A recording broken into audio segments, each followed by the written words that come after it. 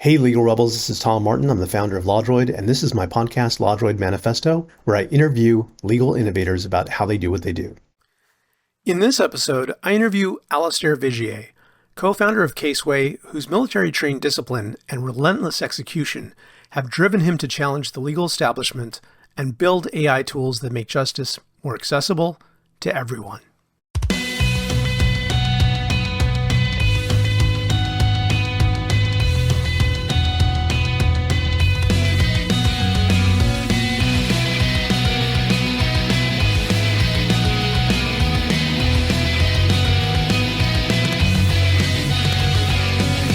Welcome to the LawDroid Manifesto podcast. I'm Tom Martin, your host, and I'm thrilled today to have on Alistair Vigier, who is the co-founder of Caseway. There's so much to talk about. He's done a lot of interesting things, a legal rebel in the best sense of the word rebel, and we're going to get into that too. Alistair, where are you today?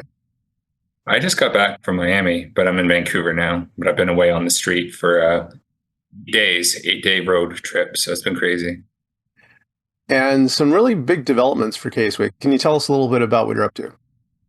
The thing I'm most excited about right now is our bespoke agent. And this is something that's going to allow governments, organizations, and law firms to populate our AI database with their own documents. So, for example, this family law firm could upload 3,000 separation agreements that they've done in the past. And then whenever they ask or input new facts, our AI will spit out something that's exactly in the wording, structure, format that they do, the same legal basis, everything. So that's really interesting.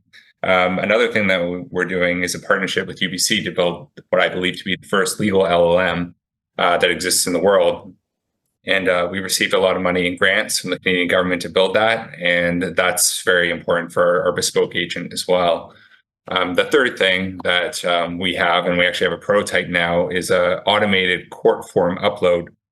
So we have a partnership. It's going out, and we're going to be in over 4,000 counties in California, I believe. We have over 4,000 court forms in California uploaded now, and it works. So whenever you ask questions about it, it can automatically create it based on previous documents in the litigation that exist. Wow, that's quite a lot. Very ambitious plans. And I'd like to learn more about that. So for everyone watching or listening, that's a little bit of a teaser about what we're going to get into in the back half of this interview. But as most of you know, let's get to the origin story. That's what is interesting about figuring out what your early influences are and what got you started. So let me ask you this. You're in Vancouver now, as am I. And by the way, the weather lately has been pretty fantastic. Where did you grow up? Were you born in Vancouver? No, I was born in Toronto. I lived the first 8 years of my life in Ontario. And then my dad got posted to Victoria with the Navy. So he lived there for about 20 years before I joined the military myself. Yeah, and I saw that you were in the Army, right, for about 7 years? 7 years, yeah. Yeah. Okay, so you grew up in Toronto. Yeah. Like in the city or outside of it? You're going to make me say it. Scarborough. All right, Scarborough. You got it on me. And what is that like? What is that part of town like? Not good. It's very rough. It's kind of like the east side of Vancouver, I guess you could say. It's definitely a rough gang affiliated place. Okay, well, and how many years were you there? I was there for the first 3 years of my life, and then I moved to Kingston, where there was a big Navy presence for my dad because they have the Royal Military College and stuff like that, which is a very small town, a military kind of town as well. So I was there for about 5 years. All right. And did you move somewhere else after that? Was it like most military families? Were you moving from place to place every few years? Victoria was the last posting, and I was there for 20 years. Okay. Yeah. And what kind of role did your dad have in the Navy? He did signals, so communications, which can be anything from high level encryption all the way down to flags. If everything is kicked out, communicate with flags, and anything in between. What kind of influence did your father have on you? Like, did he get you interested in? I mean, communications the modern approach to that is the internet and networks and things like that. Did that spark any interest for you in computers? No, not really. I would say the biggest influence of my dad being in the military was discipline. He was quite, I would say, tough on me, and I think a lot of my friends at the time were sometimes a little scared to come over from time to time. He got me into sports, and nothing was casual, I would say. Everything was always very intense. So I never dipped my feet in anything. If I was going to do running, if I was going to do, a chess club, whatever it is, I had to go and try and be the best. All right, so there was definitely a focus on competition, on winning, and the discipline to achieve that. Yeah. How about your mom? What was she like? The exact opposite. My mom's angelic. She wouldn't hurt a fly. Anyone that's ever met her just loves her instantly. She was always there, emotional support, whatever you want to do, you can do it. So, I mean, they really couldn't be more opposites, but opposites attract. So, they're a perfect example of that. And do you have a big family, like lots of brothers and sisters, or? No, I just had a brother, but he has 2 kids now, and now I have a kid. So the family's certainly exploding pretty quickly in size here. Okay, so you spent 20 years in Victoria. When did you move out to Vancouver? 2016-ish. So I want to get into some of some of the work that you've done, because you've done work in a number of different areas. So you went to UVic, right? Yeah. And you majored in psychology and statistics. Yeah. And then after that, you went to University of Birmingham. Yeah. I'm always curious, like when people go to law school, right? Like what motivates them? Sometimes people say, well, like I had been debating since I was young, and like I just got bitten by the bug and I wanted to do that in real life, and the way to do it is going to law school. Other people, they get a degree in something and they're like, well, how am I going to make any money doing this? Maybe I should go to law school. What were your thoughts behind that? Well, after I was shot in the military agreed to pay for all my schooling, including, higher level schooling. And I would also be given a salary to continue school. So at that time, that was kind of the best route for me while I figured things out. I obviously did my bachelor's degree, but I didn't really want to continue on as a psychologist. Statistics was interesting, but again, didn't really want to pursue it. So I was looking at either med school or law school, and I'm not very good around blood and stuff. So I thought that was probably, it kind of narrowed down the choices a little bit. All right. So you're in the Army before you went to law school. Yeah. Yeah. So that was 7 years. And what was that like? Like what was your role there? So it started off as infantry. I applied when I was 16 years old for the reserves. You can't get into the regular Army until you graduate high school. Or at least I don't think so.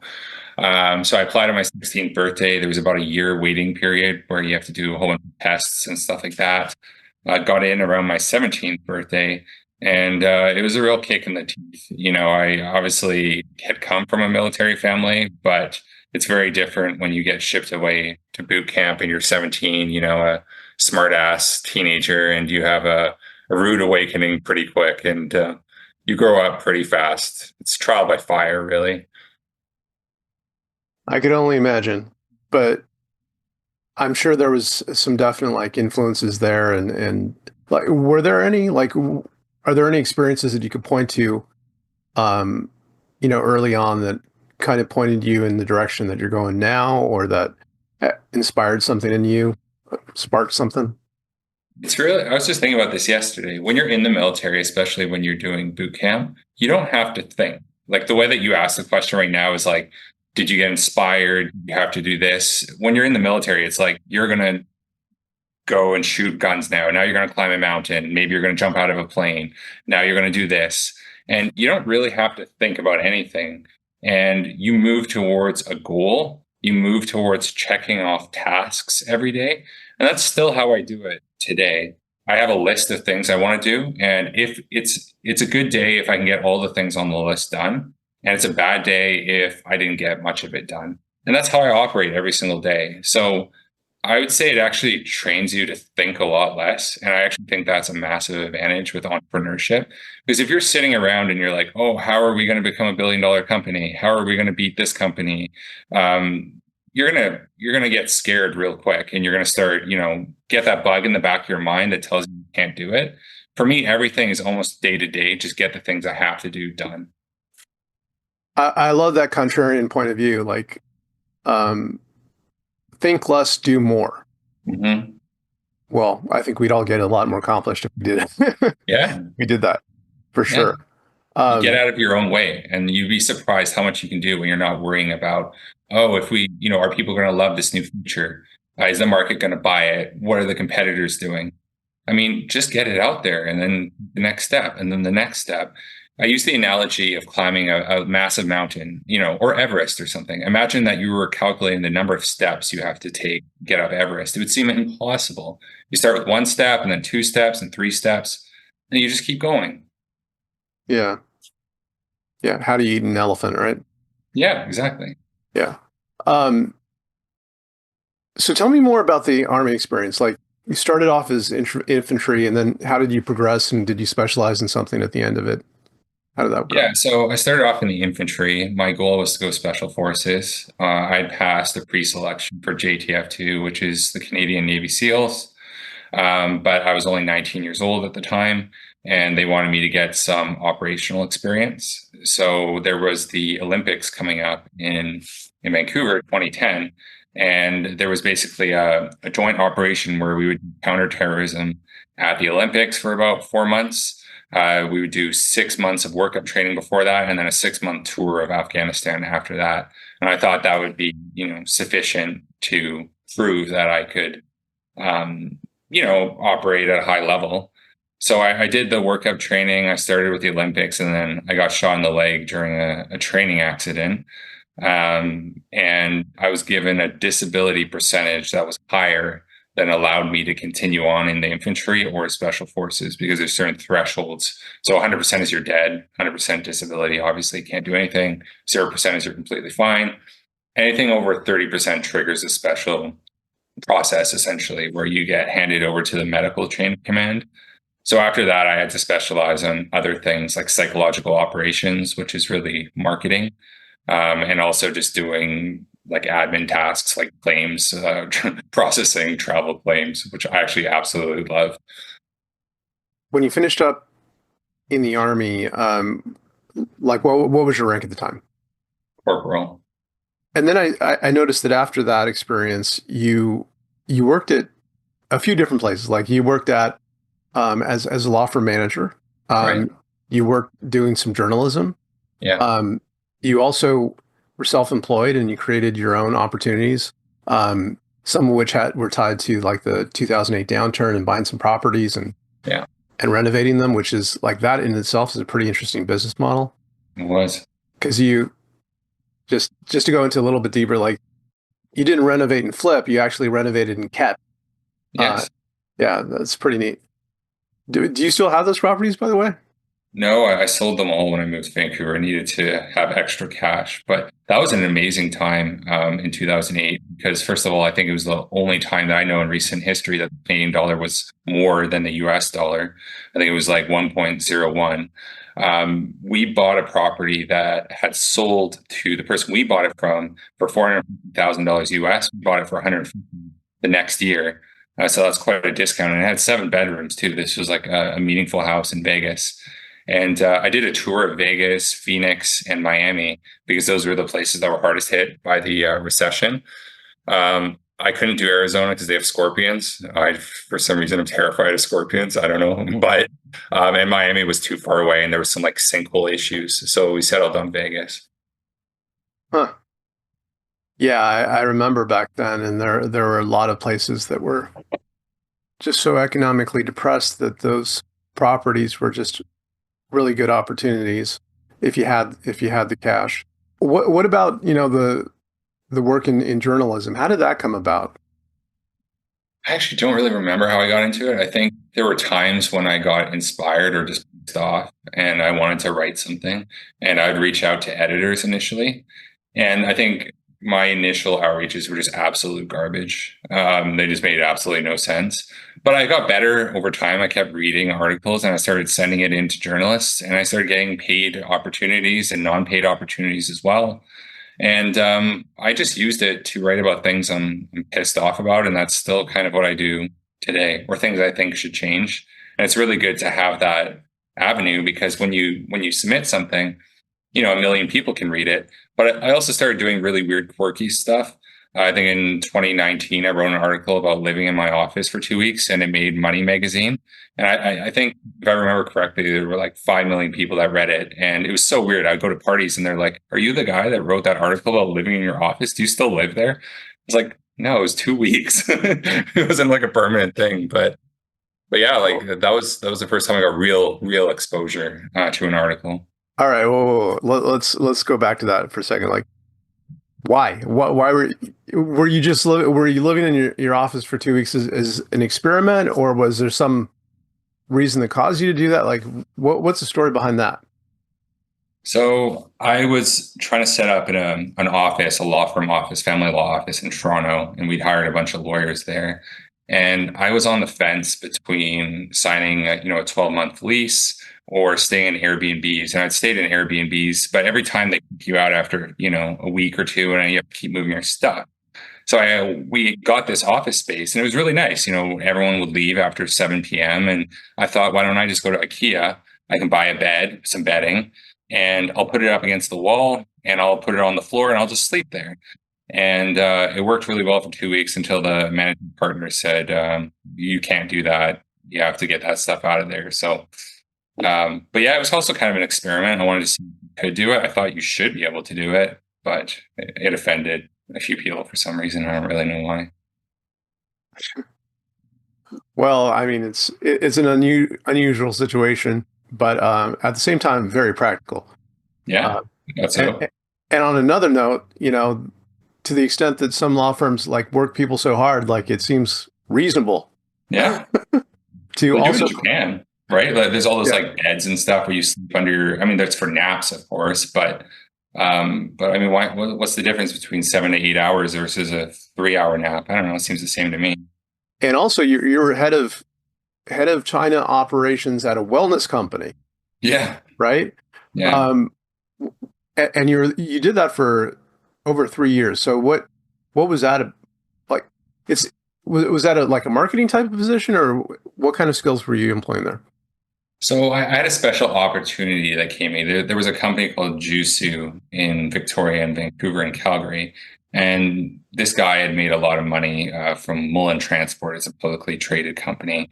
And he basically had $8 million set aside to create a wellness company. His wife died of cancer, and for some reason, this was his therapy. He blamed cosmetics and stuff like that, chemicals that are in it. Anyway, I don't know if it's true, but that's what he believed, and he wanted to do something about it. And he threw money at it. He hired the best people to create these products, organic, natural. They smelled amazing. And I'd recently started dating this girl from China, who was Beijing, who was very connected in China. And my pitch to her was, do you think this is something we can bring to China? Do you think your contacts can get us into state-owned companies there? That's everything in China. And I basically took it back to Bruce, who's the owner of Jusu. And I said, if you give us a bunch of shares, fund the whole thing, we can go to China. We'll set up trade missions. We'll do the work for you. And let's see what happens.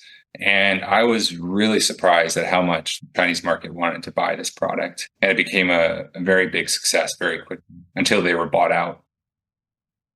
Okay, so that came to an end because they were bought out. Yeah, Better Life Sciences. And then that's also a Vancouver company bought them. Well, I like, I like the entrepreneurial spirit behind that. And because not only working for a company that's kind of doing something new and at the same time, laudable, like creating natural products that, whether or not scientifically it's true, that it causes harm, that, trying to do things in a different way that benefits people. But then at the same time, like, you taking it into your hands to find a new market for that, and then logically pursuing that plan. That plus like the real estate, venture and your work as in law firms, like that was somewhat like actually, didn't you at one point like launch one where you were actually going out there with a plan to capture market? How did that go? Yeah, so I'd worked at a law firm starting in 2016. That was a family law firm. I'd actually won the BC Business 30 Under 30 because I'd raised $1.5 million to expand this law firm. It went pretty well there. I think we'd grown the revenue to around 5 million or something by the time I left. Unfortunately, the law firm partner had been cited by the Law Society suddenly for something that happened 4 years before I met him back in 2012, and he was eventually disbarred twice. And yeah, How as do you soon get as he got disbarred cited, twice? I guess the the Law Society really wanted to make an example. I mean, I think he was accused of taking $3 million from a disabled client. So it wasn't exactly, like 5 cents missing from a trust account or some marketing infraction or something. But as soon as that citation came out, law firm, all the lawyers started, jumping ship. I saw the writing on the wall, and I got out of there. And I reached out to a bunch of the lawyers that had left, and I was like, "Hey, I'm thinking of starting my own thing. I can raise capital. Let's do something better together." And that was in 2019, and that went really well until COVID started. And then I was just kind of like, I wanted to get into legal tech. I was just kind of done with the whole practicing law side of things. Where did that come from? Like the idea to get into legal tech?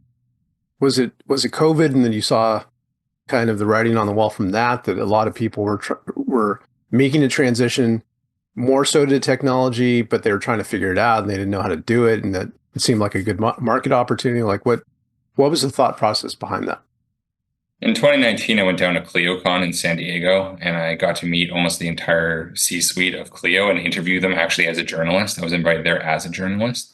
But as the meetings went on, I started asking questions that were more for my benefit, because I kind of wanted to get into that space. And I can't remember who told me this, but I remember the quote, "It's really hard to change law when you're in it."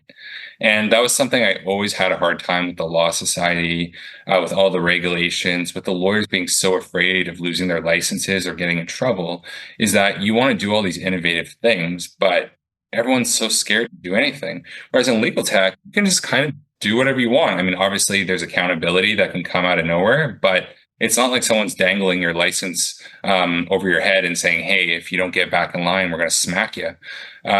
We don't have a regulator in legal tech. We can do what we think is right, and that's the thing that really made me excited. I just felt I could move much faster in the legal tech space.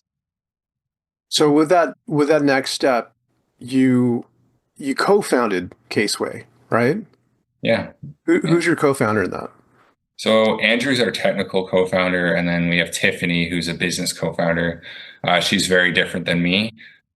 She's the kind of person that everyone loves, and she does a lot of like the pitches. She does like initial outreach, and she'll come back to someone, come back to me, and someone she just met 20 minutes ago. They were acting like they've been best friends for life. What I do is I do the later stage stuff. So I'm the deal guy. So you can kind of think good cop, bad cop. She's the good cop. I'm the bad cop. And I'm the one that can kind of say like, "Hey, we've been talking about you investing 500,000 into Caseway for a while now. You're obviously passionate about it. We've answered all your questions. Let's do the deal." And that's something that a really, really nice person has a harder time doing. And I have a harder time doing the small talk. So that works out really well. And then Andrew's the technical guy. He's the genius. He's the one that's actually building the AI with a team of 5 developers. And for those that might not be familiar with Caseway, like if you can give us like a 30,000-foot view of what it is and what's its mission. Yeah, so we're trying to develop vertical SaaS in the AI space, and basically we started as legal research. So we pulled a whole bunch of court decisions, and then using RAG, we allow people to ask questions, and it only produces responses from court decisions. So nothing from Reddit, nothing from blogs. If a judge didn't write it, our AI doesn't say it. We also had really good, or still have really good sources on the side. So you don't have to trust the AI because a lot of lawyers are afraid of that. You go through to the official court document and then you can verify it. You can also do contract creation. It can do contract review. And then the things that we think are going to be the most game changing because no one is doing it well is the court form upload, the bespoke agent, and the legal AI. But we started with legal research. It's only been 8 months and we've sold over, I think we have 4,000 users now, 500 of which are paid or something like that. Well, let me ask you, something that might occur to a lot of people is that at this point, it just feels like there is too much. Like there's too many options, and there's also like a lot of options when it comes to having like a legal AI co-pilot. You have CoCounsel and Harvey. Like those, a little harder to reach at for small to medium firms because they're pretty pricey. And then Lexis AI Plus or Lexis AI is probably in the same universe. But then, there's a number of others, Paxton AI, and like, I won't go through all of them, but there's quite a big family of these things. So the point I'm making is like, when you have all of these different options, like how do you break through? Like how do you, like what's different about what Caseway offers, and how do you differentiate, or do you?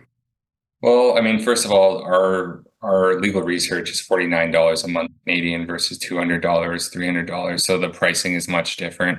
We've also offered contract review and creation for free. The reason why we did that was we wanted feedback from our users. All the ideas we're working on right now, like the bespoke agent, came from our users. And it's not about me sitting around a table and deciding what I think is best for people to use. It's about the users. So we just wanted to get as many people using it as possible, and then to build things that don't exist on the market right now, especially through partnerships, because that's something that the bigger companies don't do. They come up with something, they push it out to the market, throw a lot of money at it, but they're not going to listen to you and build you a special feature. They're always going to focus on the biggest opportunity, which I think most of them are. A lot of the AI companies right now are focusing on contract creation and review. And that's become a hyper competitive space that we've kind of shied away from. It comes for free with Caseway, but we lost interest in that completely. Do you spend a lot of time marketing it or spending advertising dollars on it, or is it more organic? Zero. It's all organic. It's all media. I think it's a big mistake at this time to throw massive money. There's a lot of companies that have raised venture capital and they're pouring it into pay-per-click. I don't think law firms are fully ready to accept AI. I think it's coming, but if you're burning $100,000 or $200,000 a month on ads, I just don't think it's a smart idea. Right now, we're still trying to figure out the product that can bring the most value, which we think is the bespoke agent and the legal AI. And we have money and we throw money at ads, but it's just so much better when you're getting word of mouth, and that creates a real sustainable long-term business. We don't have to fail, and I really like that we don't have to fail. What do you mean by that? Like you don't have to fail?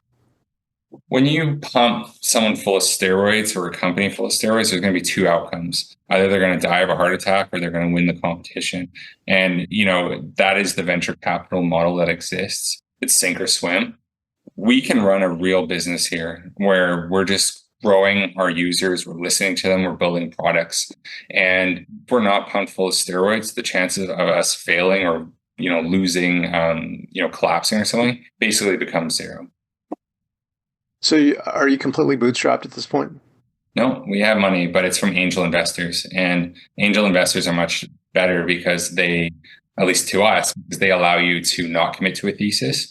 The other thing is when you take VC money, you have to commit to a thesis. So you say, we're going to do contract review in Western states, and this is our plan, and we're going to go. And then the VC company says, okay, if you make it, become $1 billion company, great. If you fail, oh well, but fail quick. That's actually a VC thing. I don't think this is the right industry or time to put that kind of stress test on something. I just don't. No, I completely agree with you, and that's one of the things I've been talking about is that this is a fluid situation, And when you have a fluid situation that everyone is trying to figure out, um, Yes, to kind of throw all of your cards down on one bet doesn't make a exactly. lot of sense. I think it's insane. It's too stressful. It's too much liability. And you miss something. Like if we had committed to something else and this bespoke agent opportunity came along, we couldn't do it because that would be seen as a pivot. You can't do that with VC money. It's a massive issue. They have to go back to their investors at the fund and say, this company wants to pivot to a new thing. And then they have to go talk to 400 people or something. They don't like it. They would almost rather you just fail or just return the money and fail than do a pivot. And so for you, like for someone in your shoes, as a business owner, you would have to seek permission from a board, get, they're okay on it. That takes time. That's complicated. It creates friction, anxiety, stress, and then all of it under a timeline where essentially they have, a metaphorical gun to your head that, you either do it and you accomplish it in this time period or you're done. Yeah. I like the fact that you're doing a little bit of a mix. It's not completely bootstrap, but you have some help from some believers that are behind you and willing to put some money in the game. That always helps. And the government too. I mean, the government's our biggest funder for sure. What about that? What kind of funding from the government? We get MyTax, we get Capstone, we get Shred, we get IRAP. There's special programs for solving unique access to justice issues that we're working on. And they're not even loans. They're just straight up grants. And that's because the government of Canada and the States too, they're so desperate to solve the court system because 70% of people going through the justice system don't have lawyers, and it's creating insane backlogs. Taxpayers are throwing money at it. The courts are stressed. There's no judges for trials. It's one of the main priorities right now to solve this problem. And if they're funding us $750,000 a year, and we can help solve these problems, that adds an insane amount of value to the government just in savings. That's fantastic. And for people that might not be familiar, that program Shred is essentially where your as a company, your research and development costs are offset to a certain extent. I forget what percentage by the government, where they essentially you prepay for it. So for people like developers, computer developers, and maybe data scientists to work for you, but then the money you spend on them, you get some of it back. So yeah, that's fantastic. There from the universe of options that are available to a business owner, from like loans, debt financing of some kind, and then to have something where no debt's involved, it's actually credits coming in. Gives you fantastic leverage.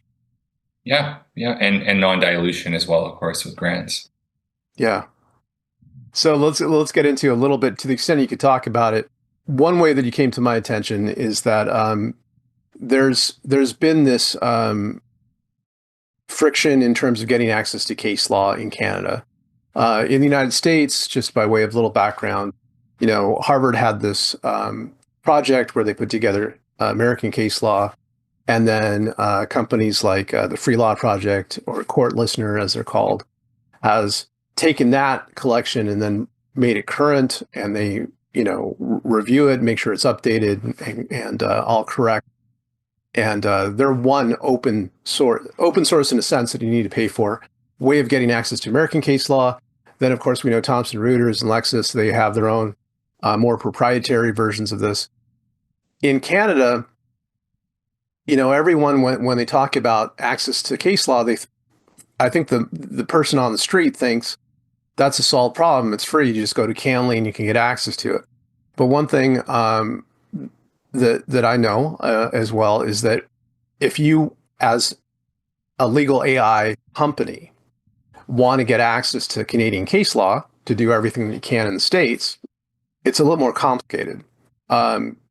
Because although Canley is free to go on the net and get information, if as a legal AI vendor you want to use that same information and even license it, hey, I'll pay you for access to it, that's not possible. They won't allow this kind of bulk access to Canadian law.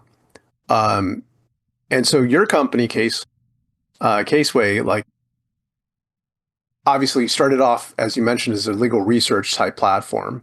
And so necessarily to do that, you needed access to Canadian case law because you're starting off initially in Canada. What happened next? We got sued by Canley, and it was very, very bizarre. We had actually reached out to them and offered to do a partnership deal. And we wanted to pay for the content, and they responded with just suing us. With no conversation, and it seemed a bit of a knee-jerk reaction. And after that, I think we were in 30 media articles overnight, which was absolutely insane. Pretty much I think we were one of the first AIs to be sued. The OpenAI came in Canada. The OpenAI lawsuit with Toronto Star, and that organization came like a week later, 2 weeks later. Then there's been a whole bunch since, but it got a lot of media attention because we were one of the first. So it wasn't really so much about the Canley versus Caseway thing. It was just more about AI versus, traditional organizations. But I thought about it and I reached out to them and I said, instead of filing a response, which if I do, I'm going to embarrass you a lot because we have a lot of stuff to say. And I actually sent them a draft of the response and it was embarrassing for them. But I said, instead of that, why don't I just open up our database to you? You can see everything our AI uses. And they, I believe, hired a third party forensic organization to do an audit. And as far as I know, they found absolutely nothing. And it's been 6 months or so since I've heard from them. And I don't know what happened to them. We can't get a hold of them now. And I know a bunch of other companies that have been scraping them heavily because they told me that as well. So my guess is that it was a bit of a knee-jerk reaction in their part, but they never got an injunction. And it's been 8 months now. They never applied for an injunction. It was the weirdest case I've ever seen before. I think they should have just reached out to us and had a conversation. I would have been open to that. I don't know. It's weird. Yeah. Well, but at this time you're providing Canadian case law, I would imagine, this whole time, right? Like access to it and analysis. So at the company before, Clearway, which was a lawyer review website, still up. We have 200,000 people on the website every single month. And something that we got really good at was building web crawlers. So for those that don't know, Google, Bing, ChatGPT, they send out web crawlers. They don't have someone to go to each website and scrape it and download it, and they go back every day. That's insane. There's 1 trillion websites out there. Web crawlers came out in the 90s, and it's completely legal. There was litigation around that in the 90s when the internet first came out, completely legal. And what they do is they just go, for example, with courts. They go to a court website, they check, has there been any new decisions? Yes, download it, put it into the database. And you can go to every single province, every single court, tribunal, board, and pull it in from there. And then it organizes it and puts into the database. That's something that we are experts in. We know how to do that. And I thought it was hilarious that Canley thought they were the only provider of case law in Canada, and that there was no other way to get the decisions. It's ridiculous. There's tons of other companies that have the full database, including AI companies that Canley has partnerships with, where the executives of those AI companies are ex-executives of Canley. It's so messed up. I've written about it in blogs and stuff like that. And so, I mean, it's ridiculous. It's also kind of strange. I mean, like, when you go to the Canley site and you read what they're dedicated to, like it seems like from what they say that their heart's in the right place. They want to make it available to people, and they have a governing body where some serious people are dedicated to that. Yet at the same time, there's this tension. But also, it kind of like this also touches like on a much larger thing that we've seen it play out between content owners, creators, and AI companies, and there's definitely an argument on both sides. And I also see that a lot of authors and people that have put considerable energy, their genius and creativity into writing, into creating music, artwork, all of that stuff to have, AI train on it and then kind of take Totally. the fruit of that while not compensating them or giving them even credit in some instances is, Yeah. it's a very difficult situation right now. Well, I think it's illegal. It should be illegal, but that's a very different situation. The Thomson Reuters versus Ross AI was about the enhancements that Thomson Reuters makes, including practice guides, and all those sorts of things. We don't have any of that stuff. And when I opened our database, we don't have any practice guides. We don't have any work product. All we have is the raw court decision, exact words that the judge used. We don't care what Kenley wrote, their special citation, whatever it is that they may have or may not have created that's special. I totally agree that that would be copyrightable if they enhanced something, made it better. But we don't have a single thing like that. And that is a very different conversation. There's no copyright. There can't be copyright. They didn't create it. Yeah, I mean, you're right that when it comes to case law, there's just this fundamental, I don't know, let's call it a social contract that the law itself, even, not just statutes, but also like court opinions, shouldn't be owned by anyone. Like that No. they are, the public owns it because all of the law applies to us. And they paid for it. The public paid for it. The taxpayers paid for it. If anyone should sue us, it should be the taxpayers of Canada or, the courts, the judges who wrote the decisions saying that we're using their copyright. But the judges aren't going to exert copyright. And that's why Canley existed when they started, I think, 2001, was the courts were just looking for an easy way to get these decisions out to the public. And I think they've lost their way over time. And they think there's some kind of, entity. And there's a lot of money going into them in terms of grants and money and stuff like that and partnerships that they have with AI companies now. And I think they've forgotten what they started. And they also signed something called the Montreal Convention, where they said they would agree to provide bulk access to court decisions for free to anyone that requested. And I sent that to them. I was like, "You're violating this. Like you've lost your way, absolutely." And we'll see if they make changes. I hope they do because it's not right what they're doing. Canada, not but to everyone. Yeah, we'll see how it plays out. Like there's definite arguments about different aspects of this, and also how is important, how things come about. So, but I believe, as I think you do, that the law should be available to everyone, and that we should all be able to benefit from it. It has to be that way. There's no other way. But there's a lot more that Caseway is doing beyond, research at this point. Tell me more about this agent, because as you know, like agent over the past, year and a half has become just like the phrase, the word that everyone is using in a marketing sense to get people's attention. It used to be just like, Copilot or AI or generative AI, but now everyone has to use agentic AI as a way to capture people's attention. So how exactly is it an agent? What is an agent, and what can it do?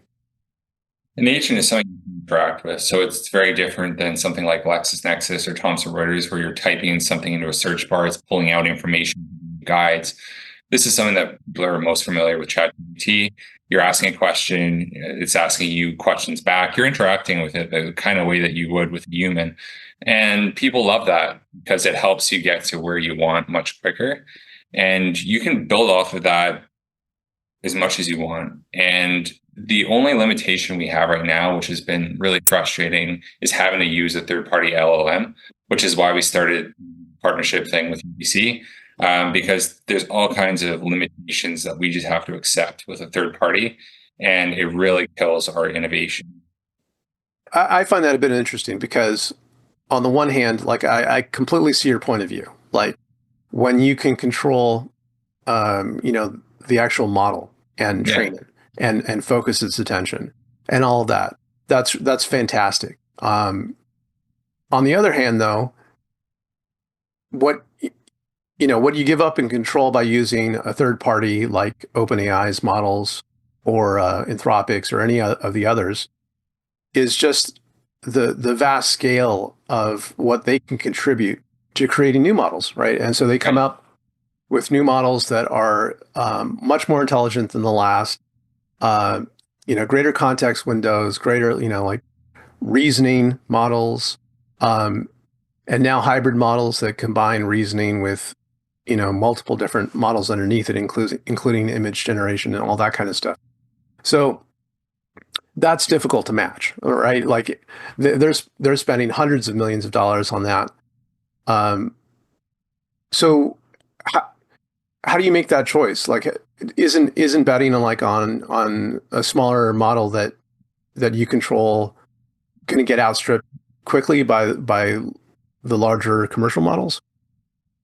Well, first of all, new stuff always comes out on open source as new things get built. So anytime that's up, we can build it. But we're building something that's extremely customizable for a specific thing. So, for example, all we're trying to do right now with the bespoke agent is have it run inference on your forms that you've uploaded. It's very specific. But the problem is hallucinations, first of all, because there's too much data with, let's just say, OpenAI. They have maybe 1 trillion data sources. We don't want it to consider anything besides what the law firm, government, organization has uploaded into our AI. We don't want it to pull in something from a blog. We try and train it to do that, but we just can't. We also try and get things like bias out of there. We try and get any kind of sensitivities out there. For example, if you're an immigration lawyer and you're asking some hard questions, like you want to suggest that the Canadian courts are being unfair to people from Egypt, and you want to say, is someone from Egypt more or less likely to be denied than someone from China or someone from the States? With OpenAI, you get a lot of this wokeness where it says, everyone's equal, and it just won't answer your questions. As soon as you start getting into like religion, race, sex, like all that kind of stuff, that doesn't work well for law. Like there's hard conversations to be had. Is a Black person more or less likely to lose access to their children? I don't know, but I would like to know, if that's relevant to me as a family lawyer. And the list goes on. The biggest issue is token size. So with ChatGPT, you can't upload 20,000 documents and say, hey, run inference on this. You can upload one document. It's probably going to read the first 10 pages of it, even if it's a 100-page document, and then it's going to summarize it for you. And that's very, very strict. There's so much that we can do beyond what they offer because they're trying to create something for everyone. And we're trying to create something that only works for a specific set of people, but it solves all of the problems they have. So it's really just night and day. And while they do spend hundreds of millions of dollars on development, that's again building something for everyone. Whereas for us, with a few $1 million, we can build something that's really, really good for a small group of people. Yeah, and I totally get those issues you bring up because the work that lawyers do can be especially sensitive, especially if, let's use an extreme example. You're working a criminal case. It's some, heinous crime that's been committed, and there's lots of bad facts in there that are scary, right? If you would feed that into a regular LLM, it might back away and not want to deal with it. But you really have no choice to get a good analysis formed to actually deal with those facts. So that I get it. It makes sense to have something that you can control and make appropriate for the legal context. Especially privacy, because we opt out with Anthropic of them training their LLM on our information, but we can't go through a government or university audit and show exactly what happens to their documents when they upload it in AI, because there is a process that goes beyond us. What I would like to do is create a complete silo where I can open up our system to a CTO, CIO, and look at everything. This is exactly what happens. I can only do that if I control the entire process. What are a couple examples of how your agent right now is being used? We have a lot of criminal lawyers using it right now. I don't particularly know why, but it just seems heavily used. It works better if you trust our privacy settings. You can actually upload real documents from the case. Otherwise, you just get something very generic, like, is someone allowed to do this in Canada? And then it's going to pull out what the court decisions say. Our AI is also really good at going through contracts, and we don't have any token strict limits on that. So it can review someone that's very long. It can review proposals, and the court forms are actually working now. We haven't pushed it live to the public, but we have a massive partnership we're working on with a legal tech company, and it works really well. So you can basically upload, let's just say, a notice of civil claim, and then upload a new court form and say, can you use this information to automatically create the new form? And it does it for you. So a lot of different things. I would say right now, today, it's mainly being used for contract proposal review and legal research across Canada. Wow. That function you mentioned about like being able to feed in a form, wait, like take us through that a little bit. So you feed in like a PDF, and then it kind of like breaks it down into like, okay, this is how I would fill it out, or Yeah. So I'll provide an example in BC. We're not in BC with the court forms yet. It's only in California. But since I'm familiar with the law here, I'm just going to do that. So let's say you wanted to create a notice of civil claim. There's a bunch of information, and there's obviously a form that you're supposed to fill out. Let's say it's small claims court, it's even more strict. You could upload a bunch of all the emails between the parties. You could upload any context to AI, and it'll automatically say, here's the plaintiff, here's the defendant, date, here's the background of the case, here's the legal basis. And it's pulling it out from any context you can provide it. And then it's going to ask you gaps. So maybe it couldn't get the legal basis directly from your forms, and then it can say, would you like me to fill the legal basis with switching over to Caseway's court decisions that it has in the database? So you can toggle between court decisions we have or your own database or both to fill any gaps. And then you come up with something that's a really, really good first draft. And again, it's something that you're going to check. I always emphasize this. I don't know why we have to keep saying it, but lawyers are always like, well, I mean, I can't just file it. I'm like, who asked you to? Like, where does this come from? I don't know why. Like, this is just like your senior paralegal going through everything, a ton of emails, a ton of documents, and it's coming up with a really good first draft. And then you're going to take it, you're going to perfect it, and then you're going to file it. But we're still fighting that battle, and I really don't know why. Yeah. I point that out to the students that I teach. I called it more like, more of X paradox. I actually called it more of X irony. I probably should call it, kind of weird to call it, Martin's irony, but it's something that I've heard a lot myself, right? Yeah. So like, why shouldn't I be able to name the irony after myself? But the irony is, what? You should, and I'm going to start using it now. Martin's All irony. right. Well, this is Martin's irony. Okay. Martin's irony is that on the one hand, lawyers complain about, AI not being perfect. It doesn't create an output where you can just press an easy button and then file it immediately with the Supreme Court. But yet, on the other hand, they're extremely fearful of AI taking their jobs. Right. And they don't, some of them don't see the connection between those two things, that if it could do one, then it's going to do the other. Right. Yeah. But what I would like to know, and everyone can share in seeing your lay of the land, where's Caseway going in the next, let's say, 3 to 5 years? What are your bold plans for the future? I want to continue to build products that come from our users, anything that makes a lot of sense and that doesn't already exist out there. I want to perfect what we have. I want to help solve the access to justice problem, try and get that percentage down. I actually want more people to hire lawyers. I want to make it more affordable to hire a lawyer. And then the lawyers will focus ideally on flat billing, but they'll make more per hour. So for example, instead of charging $400 an hour, they'll charge $1,500 for a flat create, let's just say, a shareholder agreement, but it'll take them 1 hour. So they're making $1,500 an hour. Then they're focusing on running their business in an efficient way, making way more money. And law is now more affordable and transparent than before.